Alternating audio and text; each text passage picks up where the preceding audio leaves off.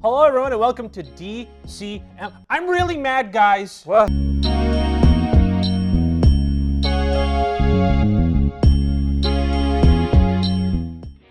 Wow, we're gonna start off some segments. Let's start off with the thing that we didn't talk about because we've been busy having lives, but however, this is still one of the objectively worst stories that we could have possibly had. You have a life? Unfortunately. Oh. Yeah, I know. So, remember how Xbox bought those 30,000 studios? Boy, do I. So they made the brilliant idea of shutting down multiple studios. They shut down Arcane Austin, Tango Gameworks, Alpha Dog Games, and Roundhouse Games. They shut that down as well.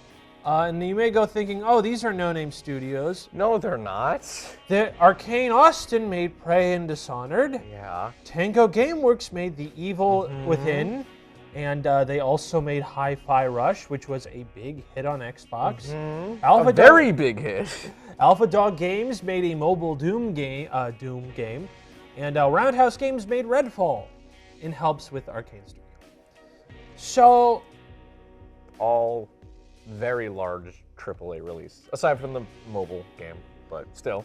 So, normally we'd expect this is not a good time, as studios are facing countless layoffs, mainly in an attempt to maximize profits so they can start investing in AI and to make stocks go up. Awful things for a CEO to do, because honestly, the thing you should be doing as a video game studio is making video games instead of making weird capitalist ventures. What? Yeah, I know. You're crazy. I know. But instead, they Xbox did the thing that they said they weren't going to do, and they're closing down studios. And they're not even going to shuffle the employees into other things. They're just straight up shutting the studio down and taking the IPs. Yep. Wow. Good job, Microsoft. Yeah, so what makes this a little worse, we're going to start doing this, but first of all, let's start with the red flag of Redfall, okay? See what I did there? Red flag. Yeah, good job. You made a joke. Remember when before we started recording and you were like, there we go, I made my good joke of the day.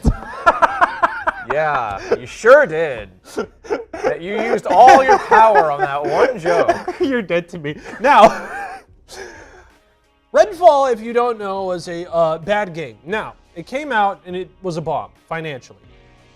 First game the studio made for Microsoft. Oh, wait, Dave, they didn't make it for Microsoft. They were making that before Microsoft purchased it. Same thing with Hi-Fi Rush.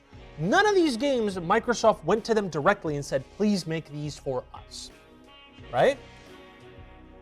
So, what's the deal with Redfall? It was a bad game. Why didn't Microsoft stop them? Because they wanted to make it.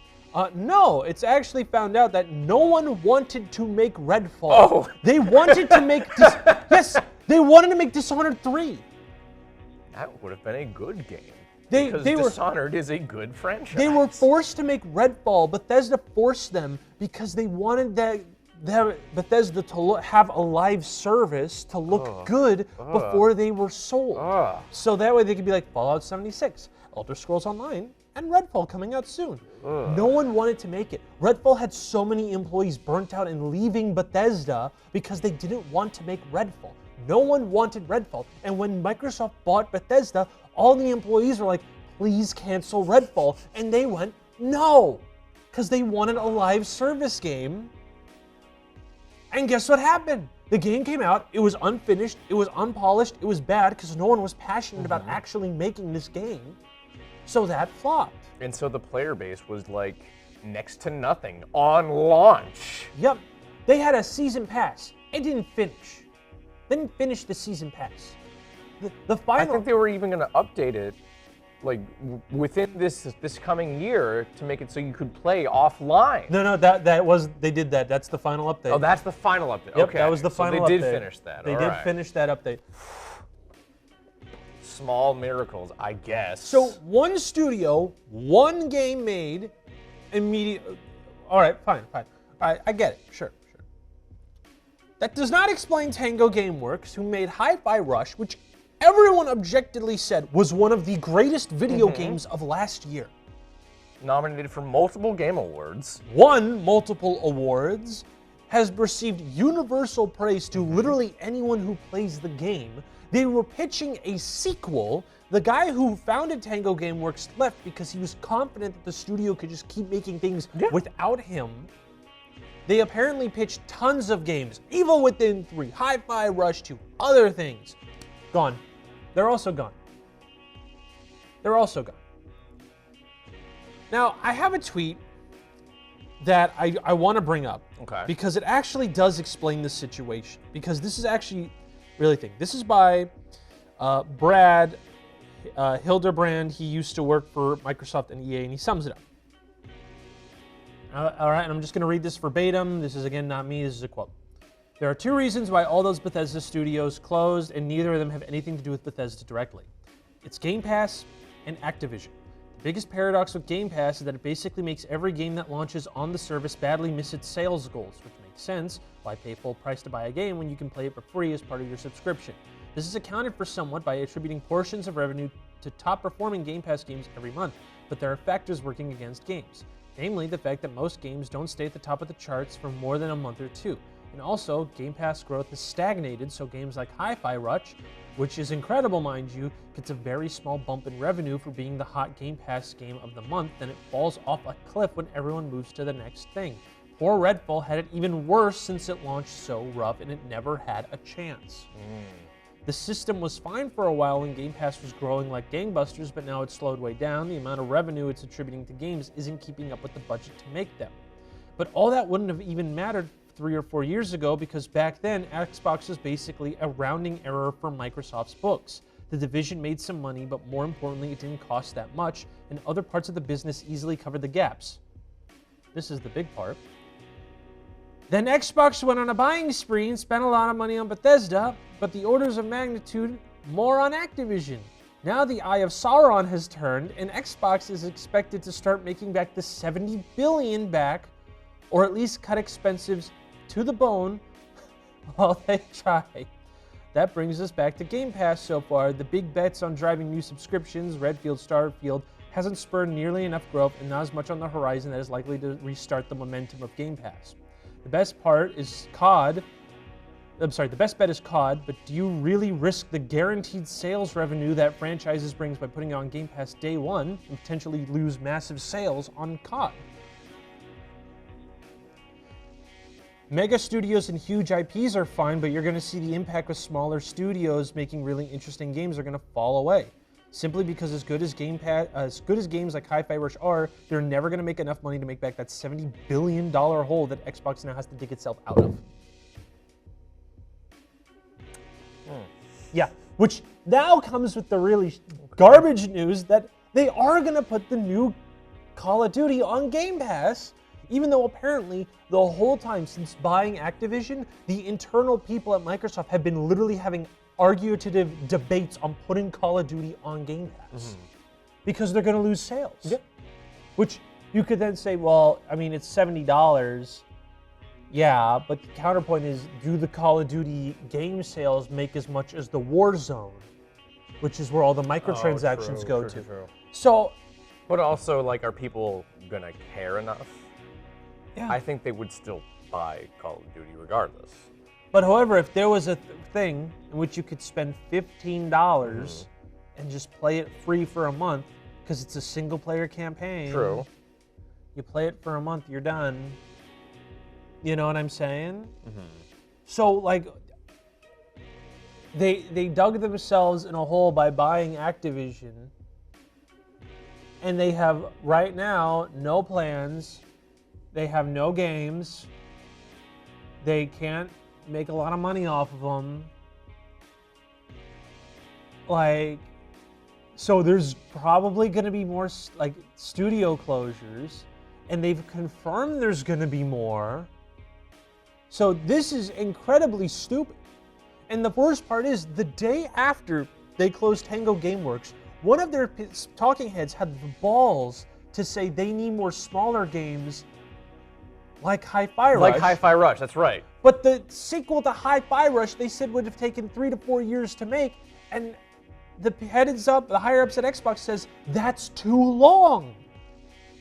to make a video game.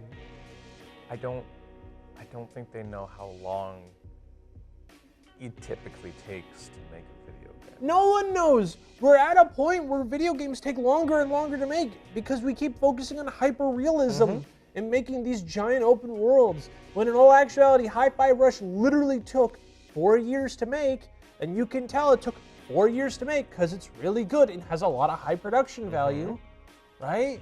You can't just simply just make another, like, The Last of Us and be like, oh yeah, this is easy, we can crank this out in 3 years top. No, you can't do that anymore. And all right, so you may ask, well, what's there to look forward to the Xbox?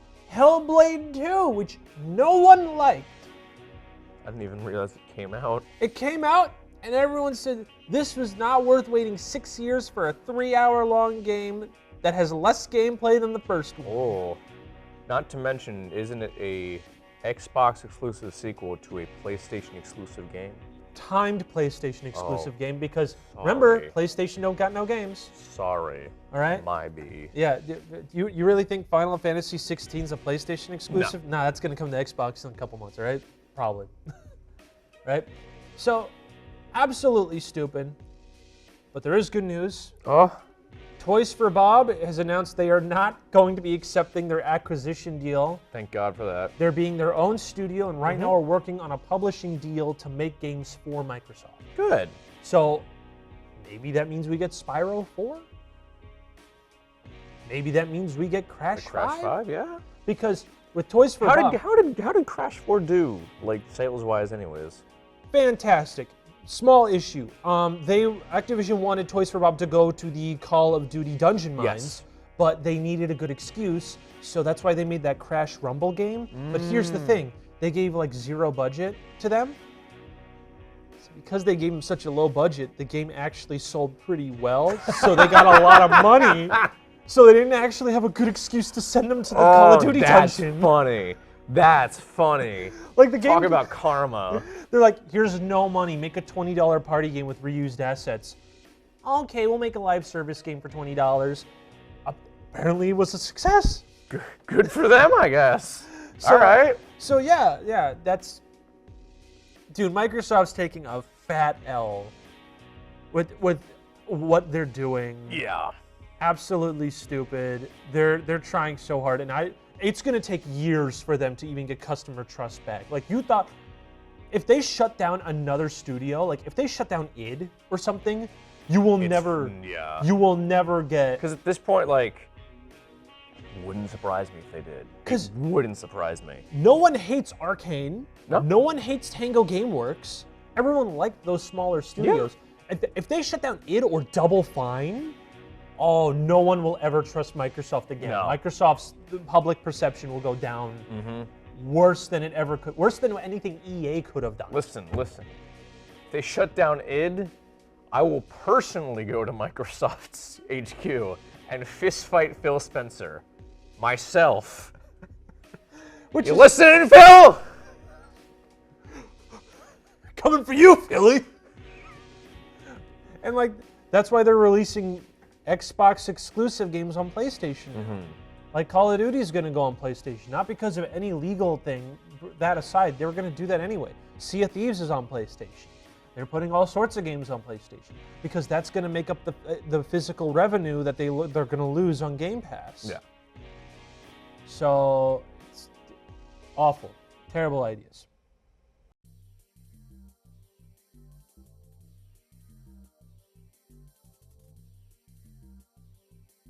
Wow, we're still not done. We got more things. I know, right? We never can talk about anything good. I know. Ever. There's nothing. It's always negative on this show. I know. Never anything good. I know. Well, we had that Batman conversation last episode of the canceled game that looked cool. Oh yeah, that was cool. But that was canceled. Yeah, but we also had that kid that beat Tetris. That was pretty sick. Yeah. But this episode's all bad. Oh yeah. It'll never get better. So, you guys know the Helldivers 2? Yeah. Yeah, Helldivers 2 is good. Yeah. It's good. Well, there was a controversy that we're a little late on, but more has been developing. So we're actually technically all caught up. Suck it, nerds. Where after it being out for 6 months, Sony decided to force PlayStation Network integration onto the PC version of Helldivers 2, and then delisted the game in about 70-ish countries that didn't actually have the PlayStation Network. That is stupid. That is dumb. I'm pretty sure they did end up walking that back. They did. Eventually. They did. After it got review bombed. It got review bombed. The community manager said to the fans, just pirate the game, which that community manager got fired. The community manager said that? I'm pretty sure, yeah, and they got fired. Wow. Yeah, because Helldivers 2 did not, it was out of their hands. PlayStation wanted that day one, and the Helldivers team managed to argue to get it to like 6 months post-release. So why does that matter? Well, first of all, 70 countries that were able to play Helldivers 2 now cannot play Helldivers 2. Second, there's no need to log your PlayStation account because Helldivers 2 was up for 6 months, never an issue. Yeah. This is just a way to artificially inflate PlayStation numbers to look good to stockholders. Yeah, there's no legitimate reason for integrating that. It doesn't accomplish anything. No. No, it doesn't. At all. It's completely stupid. There's no point. There's no reasoning. No. They just did it because they want to look good, and also maybe because Sony wants to stick their fingers in a game they, technically speaking, didn't make. They helped fund it. But it says PlayStation Studios right when you launched the game, Howard. They probably were. The game was probably being made, and they went, "What if we shoved more money into this?" Like how everyone thinks Nier Automata was a PlayStation exclusive, but it wasn't. Or the Crash Insane trilogy, and it wasn't. Or how they think literally every Final Fantasy game is a PlayStation exclusive. Meanwhile, they're just waiting for the contracts to end out, so that way they can start putting it on everything else. Or like how, because what was it? They also thought Ni no Kuni: Wrath of the White Witch was a PlayStation exclusive, and that got poured in. It's almost as if PlayStation doesn't have any games. And I'm a PlayStation guy. You want to know how often I use that thing? Not very often. So, this is the end of the story. But it keeps going. Because now they're porting Ghosts of Tsushima, the director's cut, to PC.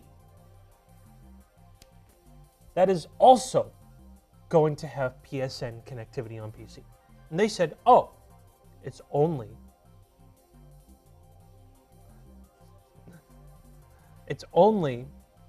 for the multiplayer mode. Fine. Stupid, but that means 70 countries aren't going to play it. Whatever.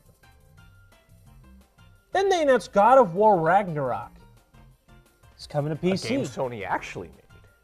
I know, right? You need to be connected to PSN to play the single-player game God of War Ragnarok. Why?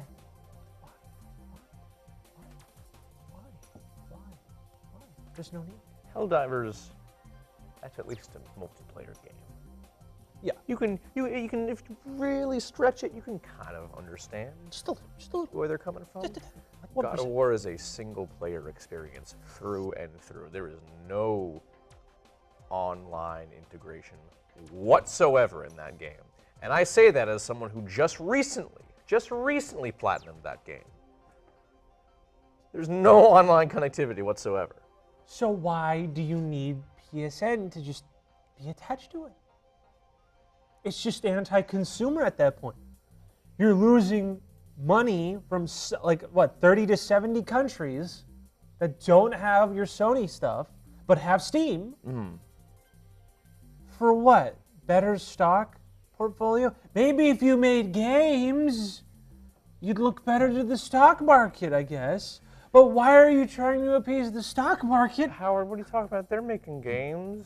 They're making games like the Horizon remake, the Last of Us remake, the God of War remake. The Horizon multiplayer, the Horizon TV show. Yeah. The Horizon that's not a game. The third game. The Horizon Legos game. the Horizon beer koozies, the Horizon work camps, the Horizon Oh no. Boston Robotics branded Horizon Zero Dawn collab. Because everyone likes Horizon Zero Dawn. It totally isn't an industry play of a franchise at all. At all. It's fine. It's whatever. Still can't get into it. No, it's not like, its approval was artificially manufactured. Because I want to find the guy who puts Horizon Zero Dawn in his top 10 franchises of all time. I want to meet him. I want to meet him and I want to talk to him. Because if Fortnite's also on there, I'm going to give him his second game to play. So it's just stupid. It's bad. It's bad. Well, I don't even need to explain why this is it's completely anti-consumer. It's just useless. Do better, Sony. You probably have it in you. Maybe. Maybe. I don't know. That new Astro game kind of looked cool. That one's pretty cool, actually. That one looked pretty good. Yeah. And they said they had no games coming out this year. They literally said that. Oh, they did say that. I forgot about that. Yeah, they're like, oh, we have no major releases. Then just drop Astro, and it's like, wow, that game actually, that game looks good.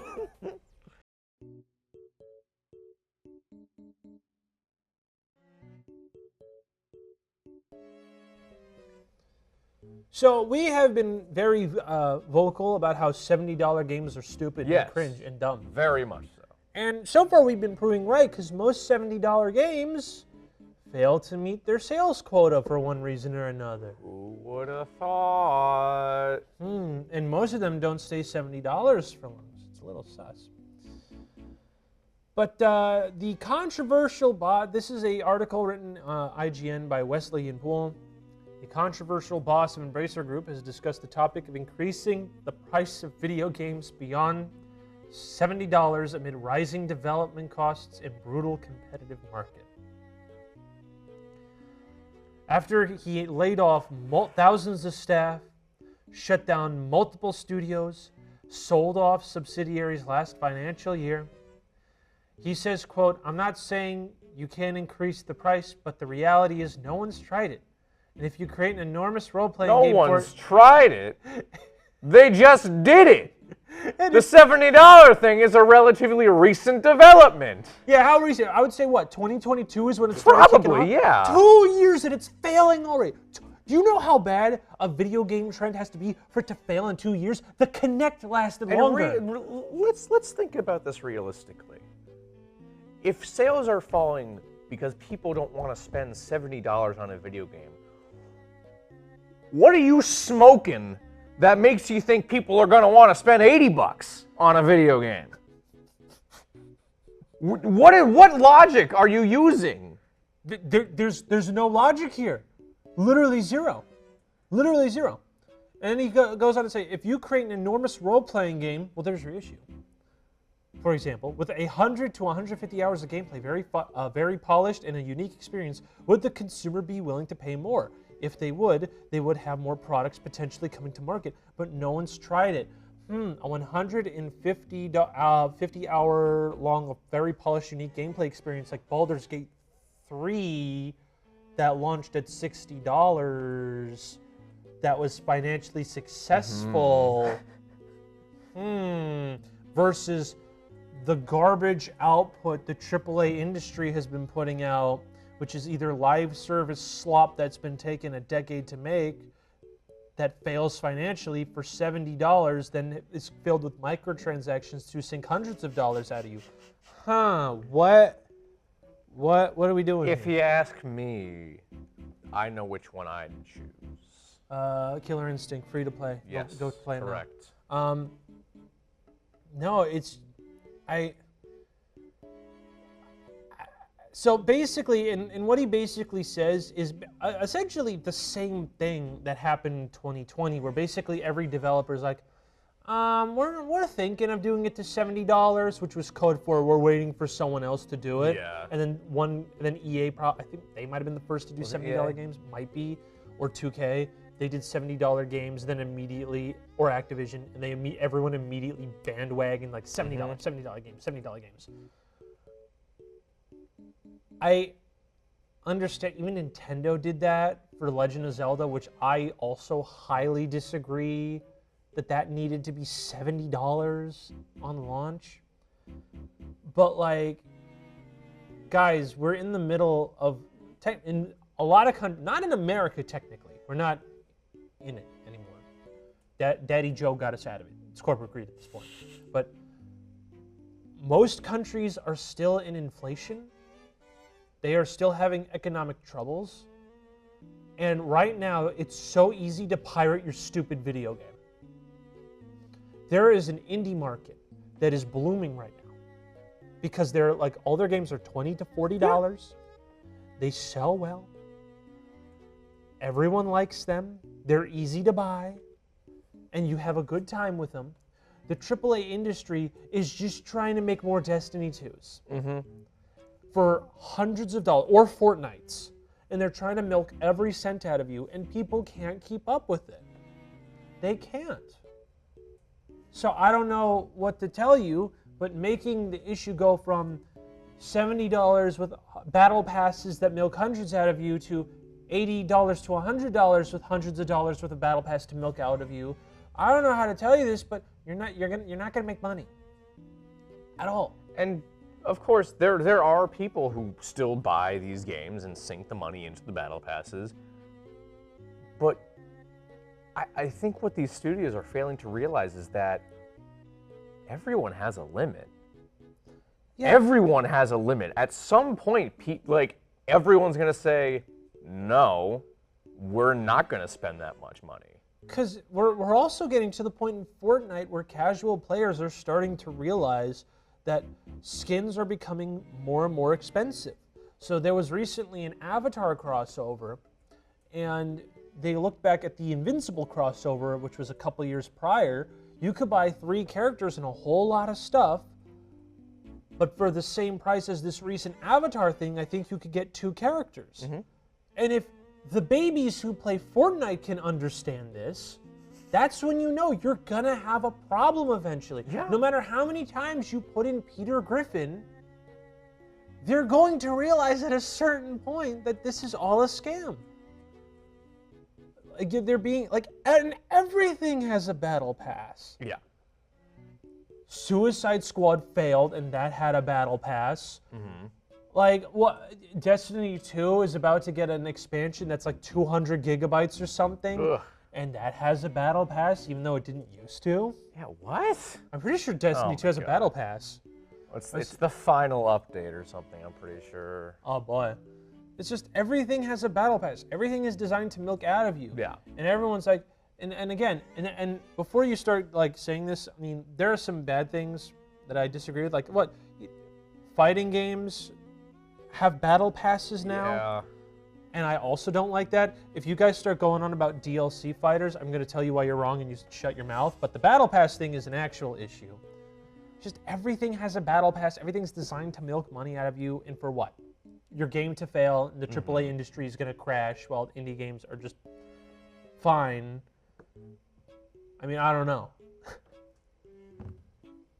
Again, everyone's got a limit. At some point, it's going to crash.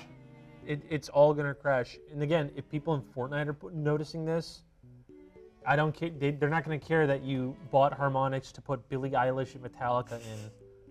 All right? It's going to catch up.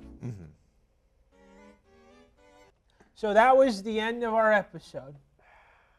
Can we please do a more like positive episode next time, Then Howard? make positive news. I'm trying my best. Okay. No one reports on positive news, and if they do... Nothing good happens in the video game industry. And if it is positive news, it's all BS, because it's all things, puff pieces that IGN is forced to make because they want early access for their video games, because they have to sign contracts to say they can't say anything bad about the video game before it launches, okay? So, no, there is no such thing as good news. There's never any good news. We will suffer this bloated industry killing itself, strangling itself to death, and we can do nothing except suffer and play, what's that new game that Donkey just published? Animal Well. Animal Well. Switch to the wide shot, all right?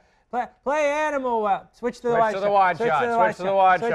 There we go. Play Animal Well. Play Animal Well. Play Crows County. Play literally anything. Play Country. I'm sorry, Crow Country. There we go. Play Little Kitty, Big City. Play literally any of these games. I'm going to put them all right here. Play those. Have fun with life. Because you could do better than playing AAA slot. Yeah. Love yourself. Make good choices. Be a good person in life. Pirate video games. It's okay. We're at that point. Yeah. Who cares anymore? Listen. The guy who made Ultra Kill said, go ahead and pirate it. I don't care. Culture cannot be locked behind a paywall, I think was the direct quote or something. That's a pretty baller quote. I know. That's a pretty baller quote. I know. It's such a good quote. But yeah. Good night. Bye. Hopefully we'll have better news next time. We won't. I'm in pain.